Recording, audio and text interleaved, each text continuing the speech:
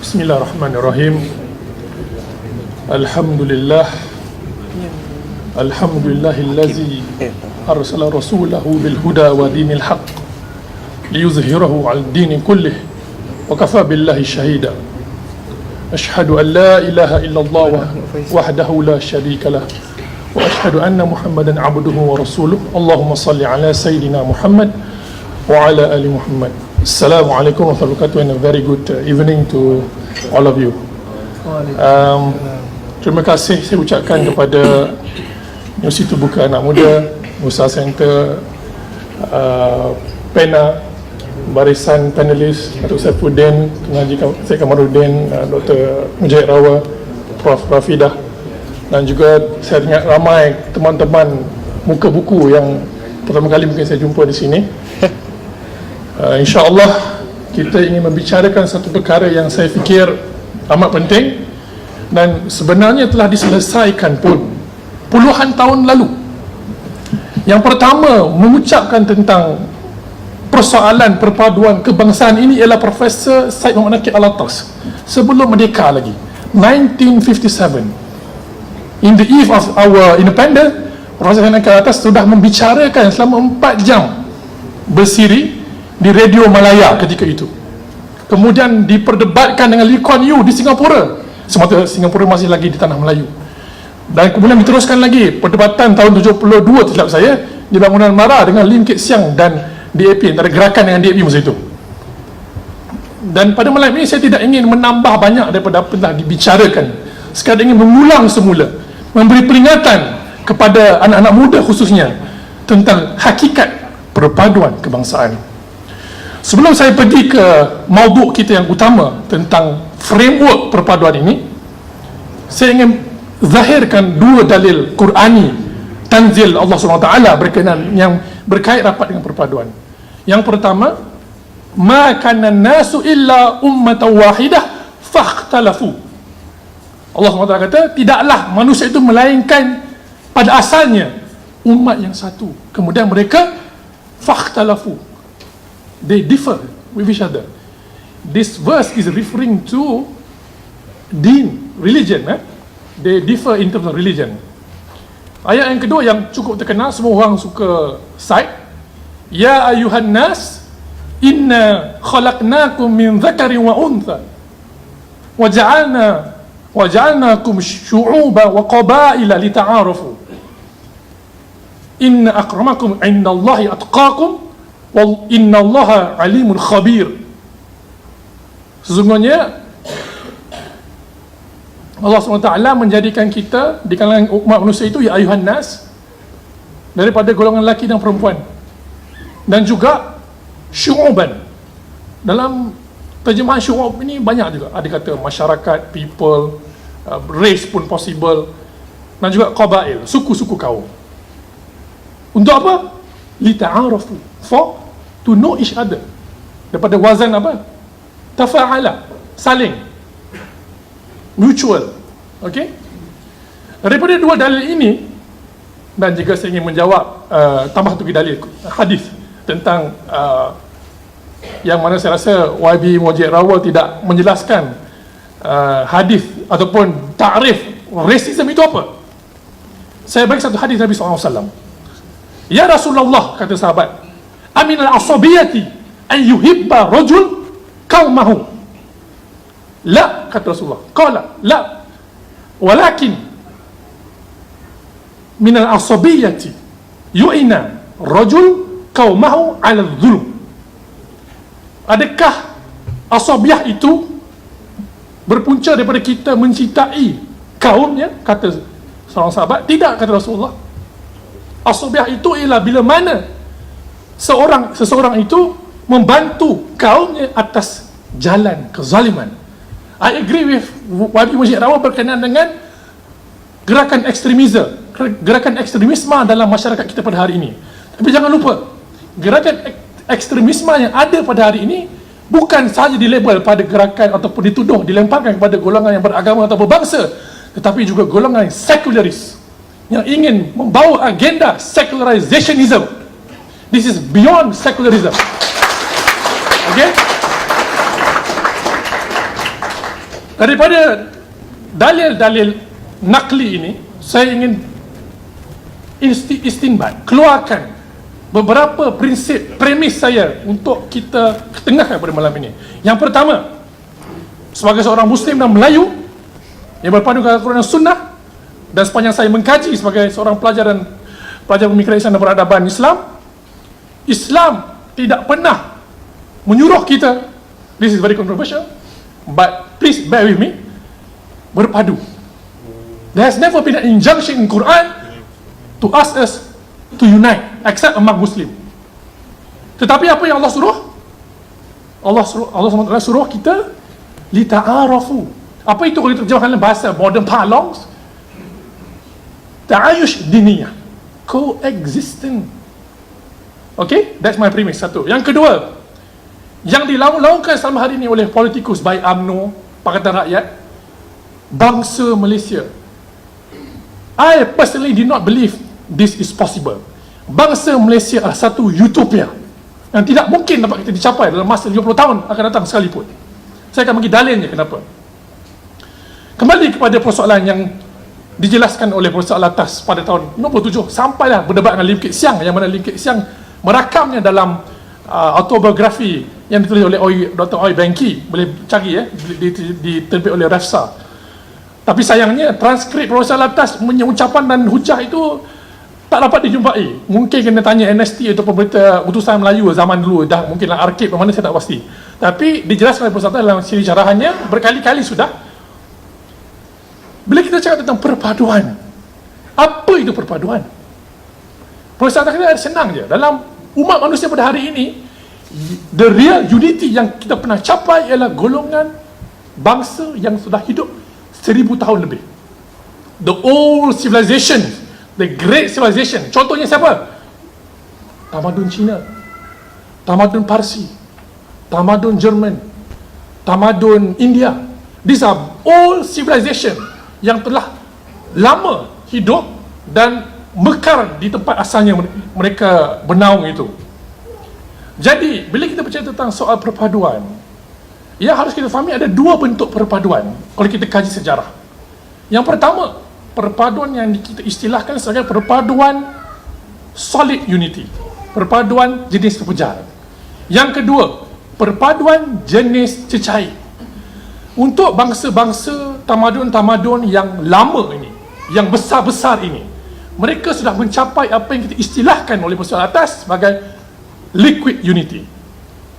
Saya bagi satu metafor. Bagaimana kita nak faham konsep liquid unity ini? Kita ambil beberapa relung besi, kita gabungkan, ikat dengan dawai ataupun besi yang boleh dilentur, kita bubuh dalam api, kita forge dia, kita tenu dia, kata Profesor Atas bahasa lama lah, kita temper dia, dia akan cair, amalgamated, dan bila dia menyejuk dan membeku, dia akan bentuk satu objek yang baru. This is liquid unity. Daripada unsur-unsur yang berbeza tadi dicampurkan, dicantumkan, mungkin melalui pengalaman sejarah yang panjang. Contohnya di Eropah, they have been having war of religion for 100 years. Udahlah, let's kita tepikan tentang Christianity ni, kita go for secularism lah, because religion always divided us among Protestant, Presbyterian, Calvinist dan sebagainya. Let's forget it, let's focus on the secular ideas. They got it through nation state yang ada pada hari ini yang mengurus kita. Okay, perpaduan yang kedua ialah perpaduan pepejal. Bagaimana perpaduan pepejal ini? Ialah kita ambil relung-relung besi tadi, kita ikat dengan dawai, dan kita ikat dengan kemas cukup kuat, dan kita tunjukkan, inilah perpaduan antara relung-relung besi menjadi satu objek yang baru.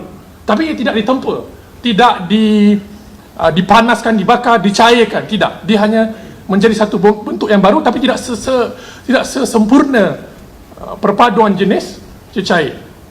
Apa contoh perpaduan jenis cecair yang telah wujud, yang ada pada hari ini? Saya bagi dua contoh. Contoh pertama, perpaduan Arab.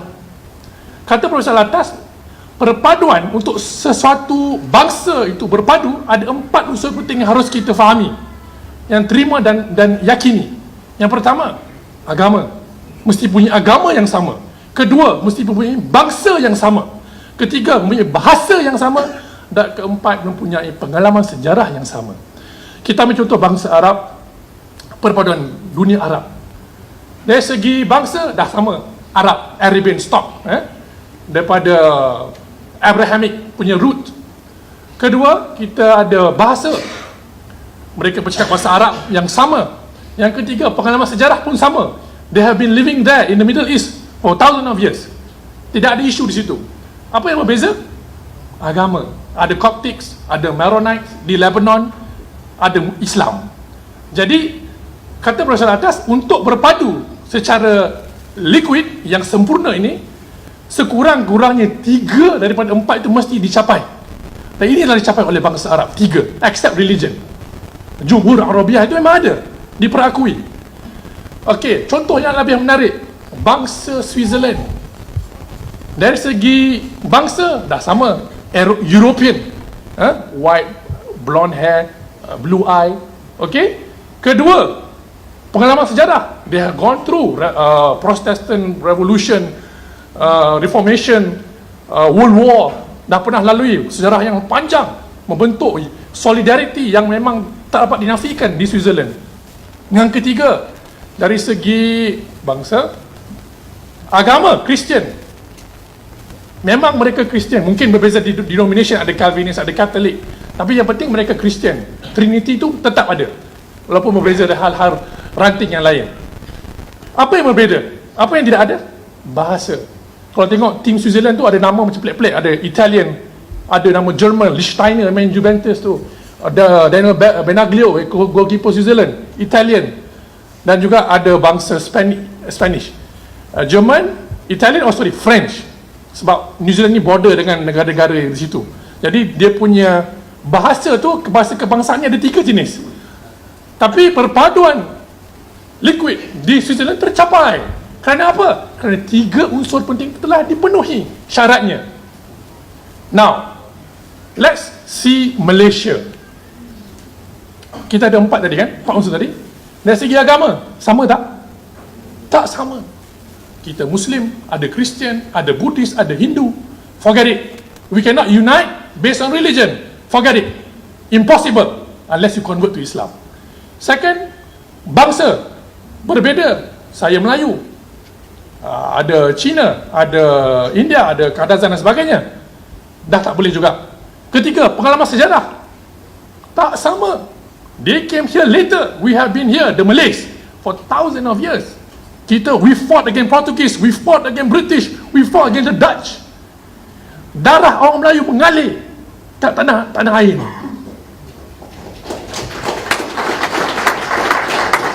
Jadi bangsa-bangsa lain, they came late. They came here as diaspora. Diaspora apa maksud diaspora? They came here lari daripada tanah air dia. Ada pushing factor dari tanah besar Cina, Kuomintang lawan dengan komunis, juga dengan di India pun sama. Golongan yang datang sini adalah kasta yang bawah, daripada golongan Brahmin, dibawa masuk oleh British untuk kegiatan ekonomi. But the Malays, we don't have problem. Kita accommodate, kita buka ruang, kita coexist. Tapi jadi masalah bila mana menuntut tentang hak warga negara, tentang Malaya Union itu. Itu kita lawan dulu. Tok-tok ni kita lawan. Itu sebab UMNO wujud, to unite. Sebab Malay dulu, orang Melayu tak pernah ada faham kebangsaan. Kerana apa? Kerana kita orang Melayu dahulu, kita nisbahkan kita punya identiti kepada Sultan kita. We are the subjects of our rulers. Kau orang mana? Orang Perak. You are under Sultan Perak. Orang Selangor. Orang Selangor. Kelantan pun sama, Terengganu. Bila mana ada isu Malay Union, baru orang Melayu berkebangsaan.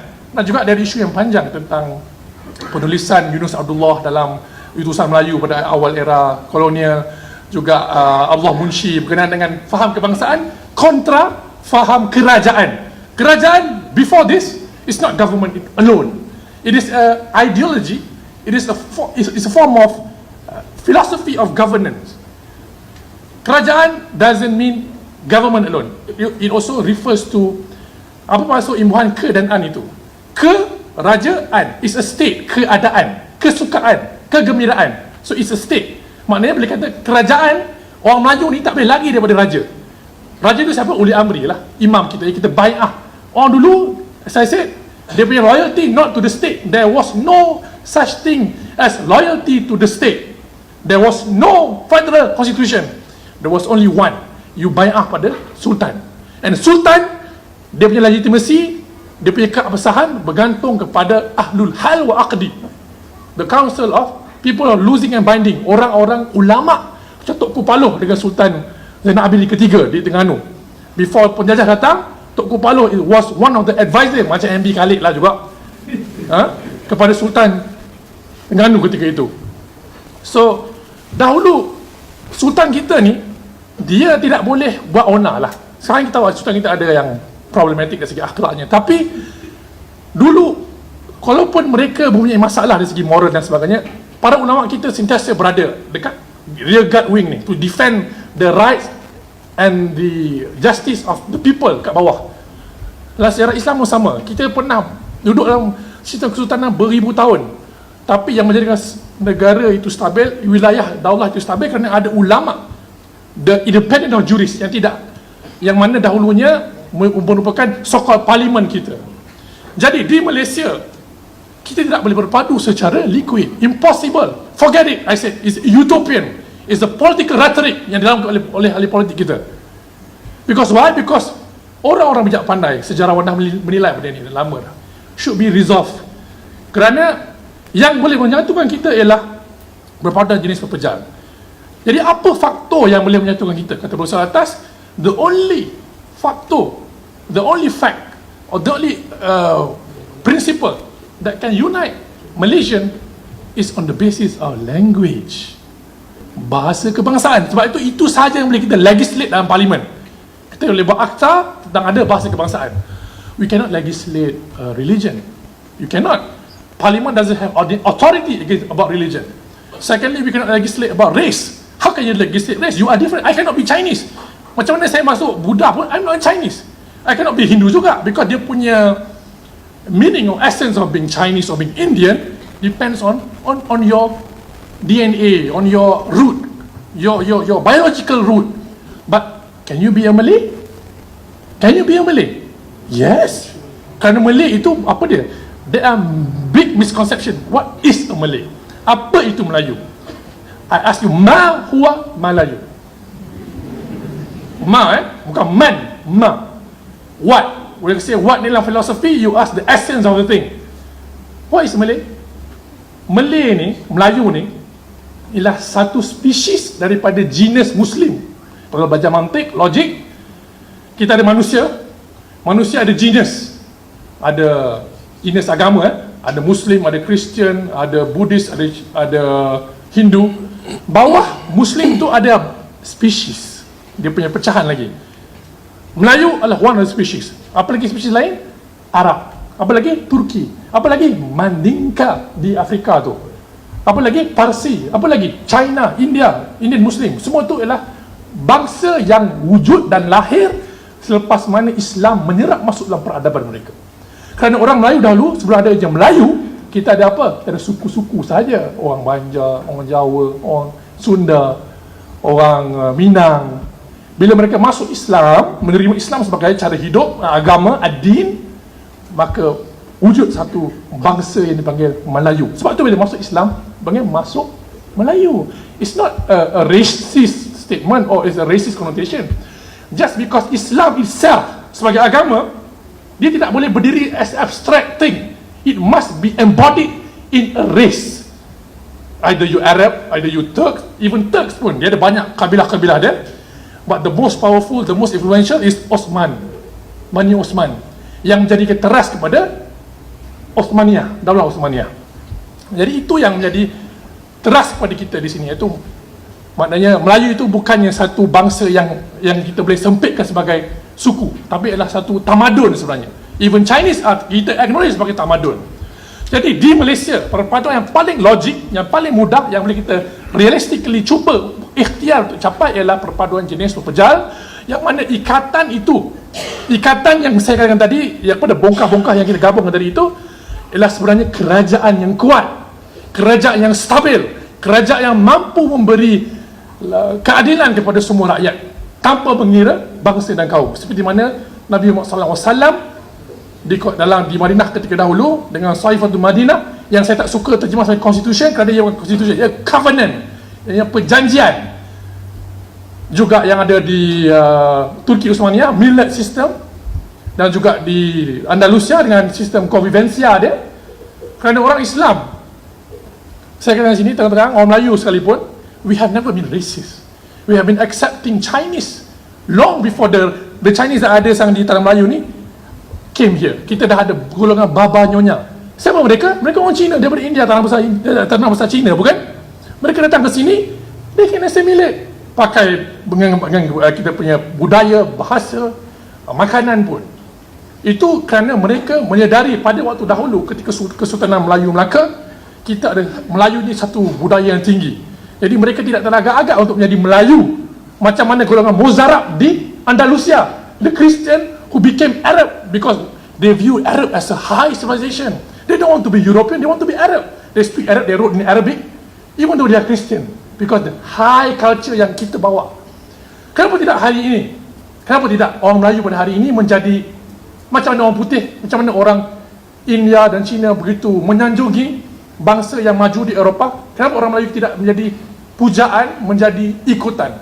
Itu salah kita juga, kerana kita mengabaikan Islam secara substantial dan juga budaya kita. Kita dalam apologetic to accommodate, to open our own culture for reinterpretation, yang mana kadang-kadang terlajak pergi kepada secularization. Okay?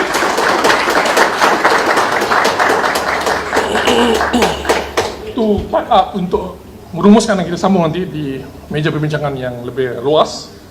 Saya sebenarnya amat kritikal dengan usaha NUCC, Datuk Saifuddin. Saya amat kritikal dengan juga usaha negaraku, kerana bagi saya ia tidak melambangkan sesuatu yang asli, yang mana telah kita putuskan dahulu pada tahun 71, iaitu dasar kebudayaan kebangsaan. Dah settle, ada 3 unsur utama yang kita harus pegang untuk bersatu padu di negara ini. Pertama, kebudayaan kebangsaan adalah berteraskan kebudayaan rakyat asal di rantau ini, which is Malay culture as a core culture to unite all people. Kata Samuel Huntington, profesor sains politik yang terkenal itu, setiap tamadun di dunia ni dia ada core state dia. Kalau kita kacau core state ni, akan bergolak rantau itu. Kalau di barat, Amerika. Kalau di Eropah, Jerman. Kalau di Sino, tamadun Sino, Sinik, China. Kalau di rantau kita siapa? Kita lah, orang Malaysia. Kerana kita embody the most pristine conception and values of being Malay. Yang kedua, unsur-unsur kebudayaan lain yang sesuai dan wajar boleh diterima, very open. We are not xenophobic against budaya lain dan bangsa lain. Kalau yang baik kita terima. Kita makan makanan Cina Muslim, kita boleh terima makanan India, kita boleh pakai sari, pakailah apa-apa pun, pasalkan tutup aurat dan jaga syariah. We are open to accept new culture and tradition. Dan ketiga, Islam menjadi unsur penting dalam pembentukan kebudayaan kebangsaan itu. This has been agreed by our forefathers in 1971. The debate has been running for many years. Why we must reopen that can again with new interpretation by our new people who do not understand how this country begin with. Alright, jadi dan sekarang saya punya cabaran kontra atau menambah daripada kujah YB Mujahid Rawa ialah cabaran sekarang ialah seperti berlaku di Ukraine, di Georgia, ialah berlaku systematic destabilization of nation state by foreign powers. National Endowment of Democracy, Open Source Institute, George Soros. Yang buat kacau kat backyard Russia itu siapa? Yang memecah belahkan orang Ukraine yang tak bersalah itu siapa? Kalau bukan NATO dan Amerika. Mereka membiayai gerakan subversif yang kita istilahkan sebagai color revolution. Di Ukraine kita ada orange revolution, di Kyrgyzstan kita ada tulip revolution, di Georgia kita ada apa? Rose revolution, di Lebanon kita ada cheddar revolution. All sort of revolution, all are colorful, but all are destructive to the nation state that we have today. Bear in mind, They are not helping us at all. If we want to fight injustice in this country, you want to correct the mistake that UMNO has done, not by getting any fund from outsiders.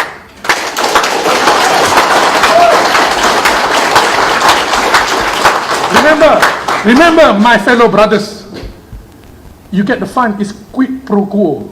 Aku bagi kau bagi aku balik apa? Apa kau bagi balik? Itu kena fikirlah, buat research sikit. Tapi ini saya punya peringatan saja. Memang jelas unsur itu berlaku. Datuk Ambiga mengaku.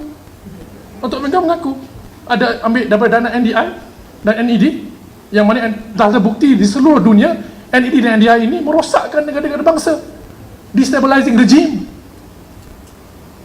I am all to correct the mistake what UMNO has done for the past 55 years. I am all with you, but do it correctly, genuinely, from this own soil, dengan bantuan dan sokongan rakyat Malaysia yang sebenar. Sebab itu saya kritik negaraku, kerana saya rasa di situ ada tokoh-tokoh, walaupun saya amat menghormati Tuan Haji Zaid Kamarudin, kerana zaman beliau di Aksin dulu, saya masih budak itu di universiti, sangat hebat menentang IFC. Tapi sekarang ini kita ada tokoh-tokoh yang saya kira tidak mengabsahkan, tidak membawa suara sebenar, aspirasi, perpaduan di Malaysia. Kerana apa? Kerana tokoh-tokoh yang ada dalam negaraku itu membawa contoh-contoh yang, ataupun pengaruh-pengaruh yang agak bahaya kepada perpaduan negara kita. Kalau mana kita boleh baiki itu, insya-Allah saya yakin negaraku boleh pergi lebih jauh. Wallahu a'lam bishawab. Assalamualaikum warahmatullahi wabarakatuh. Laluan kepada tuan-tuan memulakan tanya soalan, kalau boleh ringkaskan. Tapi sementara menantikan itu, saya merujuk kepada saudara Wan Ahmad Faisal. Saya selalu menyebut berkali-kali, bahkan Malaysia ini mungkin malangnya adalah kerana, ya, bukan macam mana saya sebut ayat tu supaya bunyinya murni sedikit ya. Malaysia ini adalah satu-satunya negara yang mana majoriti rakyatnya berfikir, bersikap, berperilaku seperti minoriti. Saya merujuk kepada umat Melayu Islam. Kitalah satu-satunya negara yang 60% itu, tetapi cara kita bersikap, cara kita berfikir, cara kita bertindak, baik dalam kerangka politik, baik dalam kerangka sosial, baik di media baru, macam minoriti. Walhal hujah kita tadi sebelum merdeka lagi sudah dipolemikkan, ya, tentang soal perpaduan ini. Jadi kalau itulah penyakitnya, kerana saudara banyak memberikan pendekatan-pendekatan yang akademik sifatnya tadi. Kalau itulah penyakitnya, wa ima hujah-hujah yang dibawakan oleh ilmuwan ulung kita pun tidak membentuk satu fikrah. Lalu pintu mana lagi sebenarnya?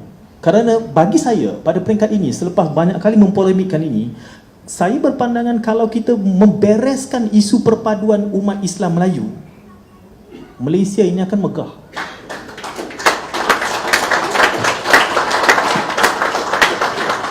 Ya, terima kasih Tuan Syed Munawar.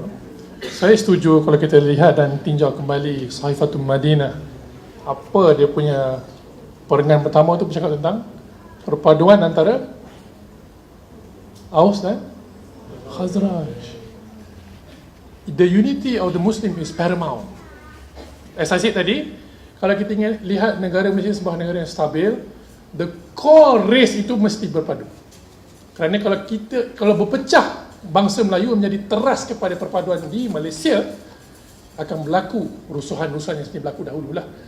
Besiege mentality yang ada pada orang Melayu memang saya tak dapat nafikan masih wujud sampai hari ini, tapi telah banyak berkurang.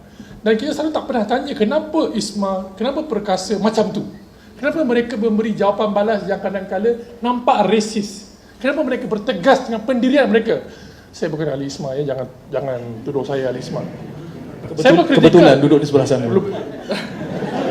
Saya pun kritikal dengan statement Ustaz Zaid tentang Cina pendatang, tapi saya faham dari mana datang hujah beliau itu. Dan saya telah jelaskan dalam Facebook berkali-kali.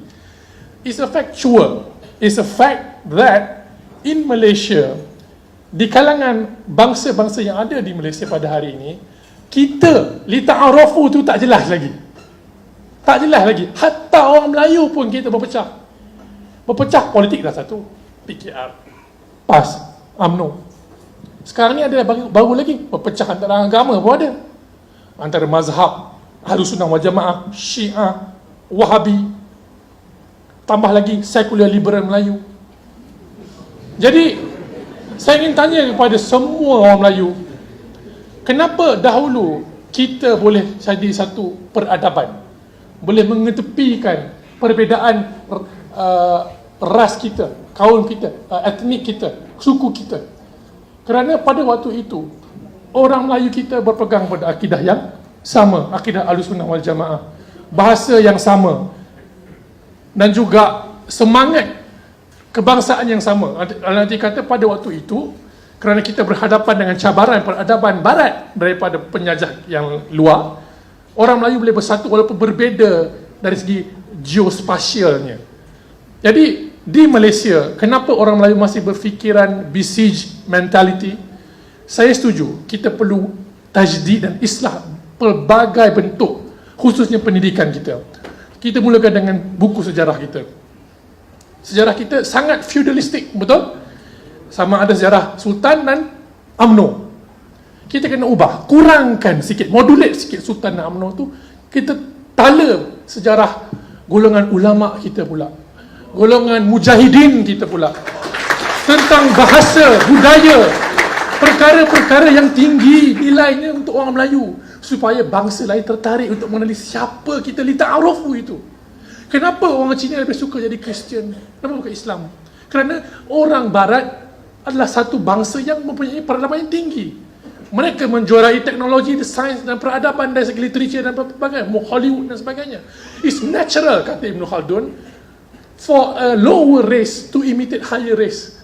Bila mana Vandals masuk Rome, ransacking Rome, they thought they're going to conquer Rome, but they were being conquered by Romans, became Christian and Romanized. It's natural. Orang Melayu kita baru keluar daripada colonial yoke for 55 years. Berapa ramai PTD kita dilatih di barat? Berapa ramai, di mana ulama kita? Our ulama being disenfranchised, sama di Indonesia. Why?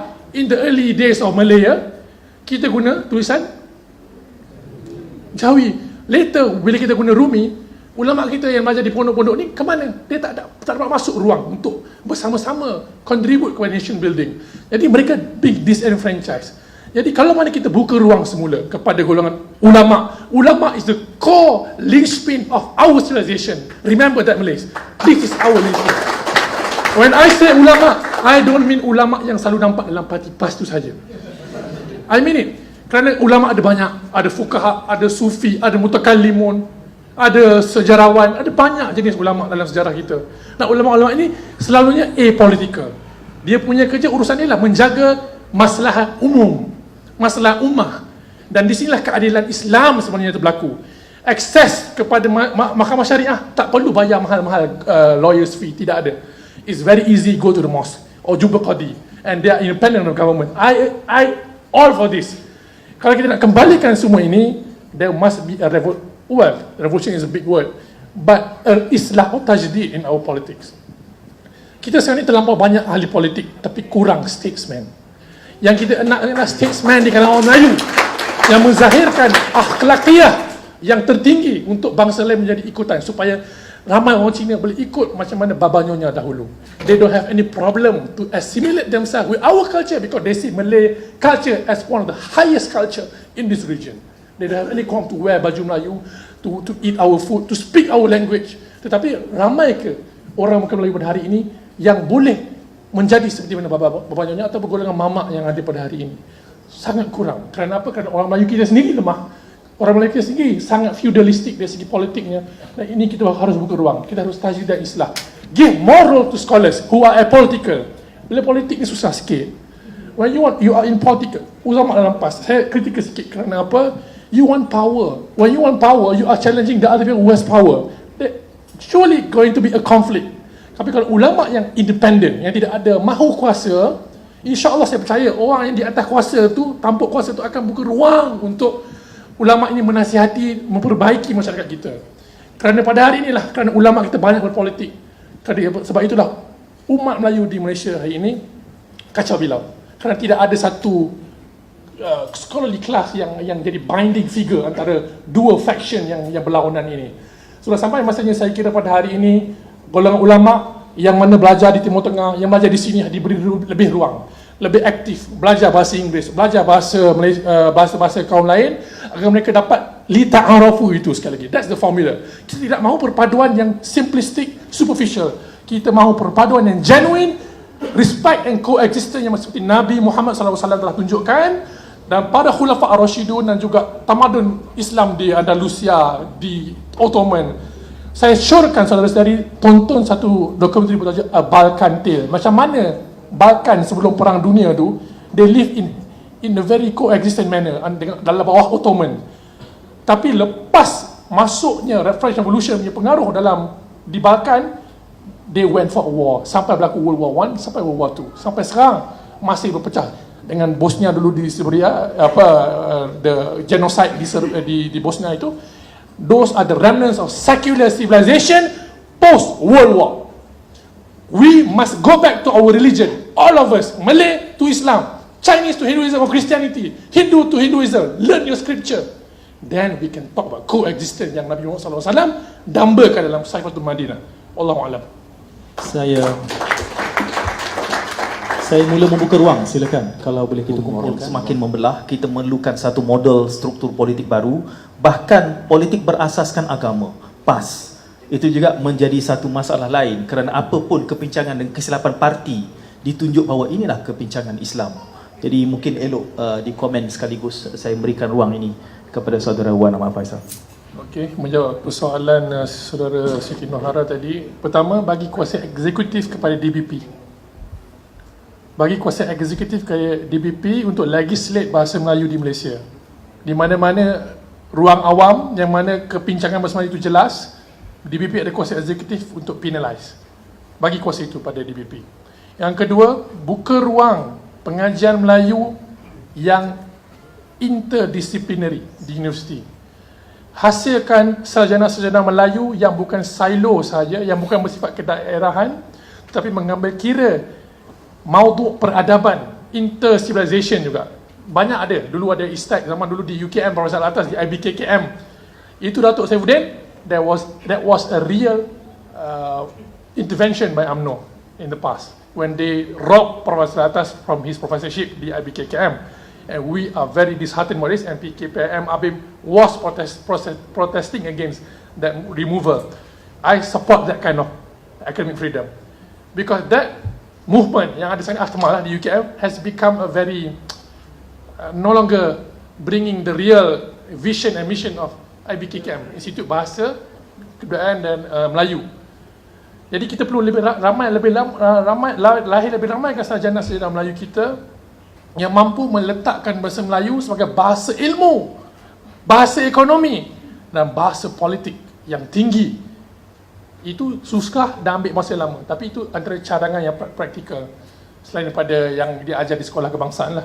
Dan saya setuju dengan cadangan Tuan Syed Munawar bahawasanya yes, it's time in Malaysia we go back to the sunnah of Prophet SAW where he defined, di mana dia mentarifkan ummah yang ini, bangsa yang ada ketika itu berdasarkan agama masing-masing. Please have, maknanya kalau Melayu kita sebagai Muslim, Cina, if you Christian then you go for the Christian punya ummah, if you are Buddhist, ummah for Buddhist. Then we coexist or we negotiate our coexistence in politics, in economy based on religious, because kita ada something to fall back, which is our scripture, Quran ke Mahabharata ke Tao Te Ching ke whatever it is, Analects ke, kita ada something to base on. If you don't have religion, please find religion, because in the past, if you remember, what is the largest number of atrocities yang berlaku dalam sejarah manusia? It happened during World War, whereby religion was set aside for secular end. True, compared to religious, walaupun orang kata religion ni dulu pernah ada bergaduh di Eropah, tapi tidak di kalangan kita di Timur Tengah, di bahagian bahagian timur, yang mana agama merupakan dasar ataupun identiti yang paling penting untuk menjadikan coexistence ta'ayus silmiah itu sesuatu yang reality. Sajangan saya ialah yes, we should conduct politik based on religion. The identity of politik kita must based on religion, and the Muslim must lead this. Wallahu a'lam.